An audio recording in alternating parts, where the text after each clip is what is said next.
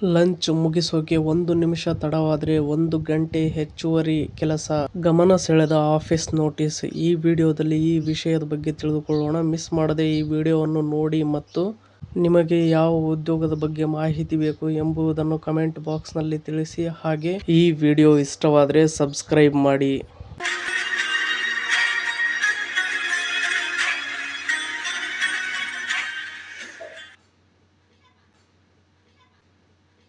Office ಕೆಲಸಕ್ಕೆ ಸಂಬಂಧಿಸಿದಂತೆ ನಾನಾ ಪೋಸ್ಟ್ ಸೋಷಿಯಲ್ ಮೀಡಿಯಾದಲ್ಲಿ ವೈರಲ್ ಆಗ್ತಿರುತ್ತದೆ. ಈಗ ಮತ್ತೊಂದು ಪೋಸ್ಟ್ ವೈರಲ್ ಆಗಿದೆ. ಇದರಲ್ಲಿ ಲಂಚ್ ಟೈಮಿಂಗ್ಸ್ ಹಾಗೂ ಶಿಕ್ಷೆ ಗಮನ ಸೆಳೆದಿದೆ.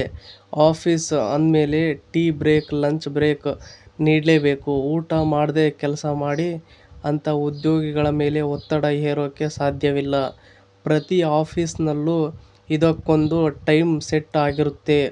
ಅರ್ಧ ಗಂಟೆ ಲಂಚ್ ಬ್ರೇಕ್ ಅಂತ ಹೋದವರು 3/4 ಗಂಟೆ 1 ಗಂಟೆಗೆ ವಾಪಸ್ ಬರೋದಿದೆ. ಹಾಗೆ ಕೆಲಸ ಮುಗಿದ್ರೂ 1 ಗಂಟೆ ಹೆಚ್ಚುವರಿ ಕೆಲಸ ಮಾಡಿ ಹೋಗುವ ಉದ್ಯೋಗಿಗಳಿದ್ದಾರೆ. ಈ ಕೆಲಸದ ಟೈಮ್ಗೆ ಸಂಬಂಧಿಸಿದಂತೆ ಸೋಷಿಯಲ್ ಮೀಡಿಯಾದಲ್ಲಿ ಪೋಸ್ಟರ್ ಒಂದು ವೈರಲ್ ಆಗಿದೆ. 1 ನಿಮಿಷ 1 ಗಂಟೆಗೆ ಸಮ. ಸೋಷಿಯಲ್ ಮೀಡಿಯಾದಲ್ಲಿ ಒಂದು ಪೋಸ್ಟ್ ಹಂಚಿಕೊಳ್ಳಲಾಗಿದೆ. ಈ ಪೋಸ್ಟ್ನಲ್ಲಿ ಲಂಚ್ ಟೈಮ್ ಬಗ್ಗೆ ಸೂಚನೆ ಇದೆ.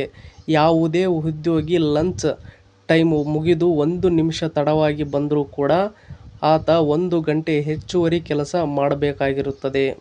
ಉದಾಹರಣೆಗೆ 1:15ಕ್ಕೆ ಲಂಚ್ ಟೈಮ್ ಮುಗಿದಿದ್ದು 1:31ಕ್ಕೆ ಆತ ಕೆಲಸಕ್ಕೆ ವಾಪಸ್ ಆದರೆ ಸಂಜೆ 6 ಗಂಟೆಯಿಂದ 7 ಗಂಟೆಯವರೆಗೆ ಹೆಚ್ಚುವರಿ ಕೆಲಸ ಮಾಡಬೇಕು ಅಂತ ನೋಟಿಸ್ನಲ್ಲಿ ಹೇಳಲಾಗಿದೆ.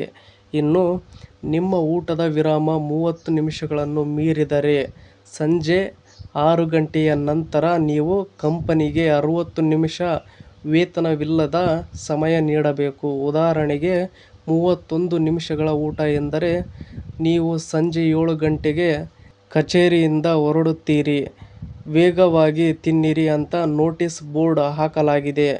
ನೋಟಿಸ್ ಬೋರ್ಡ್ ಫೋಟೋ ಪೋಸ್ಟ್ ಮಾಡಿದ ಸೋಷಿಯಲ್ ಮೀಡಿಯಾ ಬಳಕೆದಾರರೊಬ್ಬರು ನಿಮ್ಮ ಆಡಳಿತ ಮಂಡಳಿ ಇಂಥ ಪೋಸ್ಟ್ ಹಾಕಿದಾಗ ನಿಮ್ಮ ಉತ್ತಮ ಉದ್ಯೋಗಿ ಕೆಲಸ ಬಿಟ್ಟರೆ ಅದಕ್ಕೆ ಅಚ್ಚರಿಪಡುವ ಅಗತ್ಯವಿಲ್ಲ ಅಂತ ಶೀರ್ಷಿಕೆ ಹಾಕಿದ್ದಾರೆ.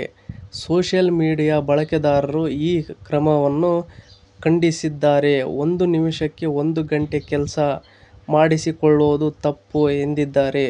ಉದ್ಯೋಗಿ ಕೆಲಸ ಮುಗಿದ ನಂತರ 1 ಗಂಟೆ ಕೂಡ ಕೆಲಸ ಮಾಡಬಾರದು.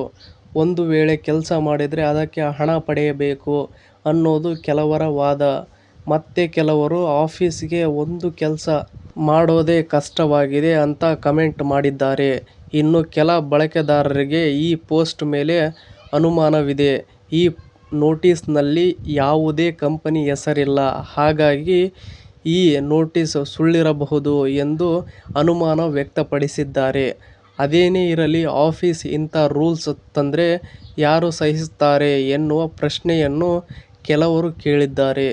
ಇನ್ನು ಇದೇ ರೀತಿಯ ಶಿಕ್ಷಣ ಮತ್ತು ಜಾಬ್ ಸಂಬಂಧಿತ ಸುದ್ದಿಗಳನ್ನು ಓದಲು ನಿಮ್ಮ ಜಾಬ್ಸ್ ಅಂಡ್ ಎಜುಕೇಷನ್ ಅಪ್ಡೇಟ್ ಚಾನಲ್ನ ಸಬ್ಸ್ಕ್ರೈಬ್ ಆಗಿ ಮತ್ತು ಈ ಅಪ್ಡೇಟ್ ಬಗ್ಗೆ ನಿಮ್ಮ ಅಭಿಪ್ರಾಯ ಏನೆಂದು ಕಮೆಂಟ್ ಬಾಕ್ಸ್ನಲ್ಲಿ ತಿಳಿಸಿ. ಹಾಗೆ ಈ ವಿಡಿಯೋ ಇಷ್ಟವಾದರೆ ಸಬ್ಸ್ಕ್ರೈಬ್ ಮಾಡಿ, ಸಪೋರ್ಟ್ ಮಾಡಿ. Thank you for watching friends. ಎಲ್ರಿಗೂ ಧನ್ಯವಾದಗಳು.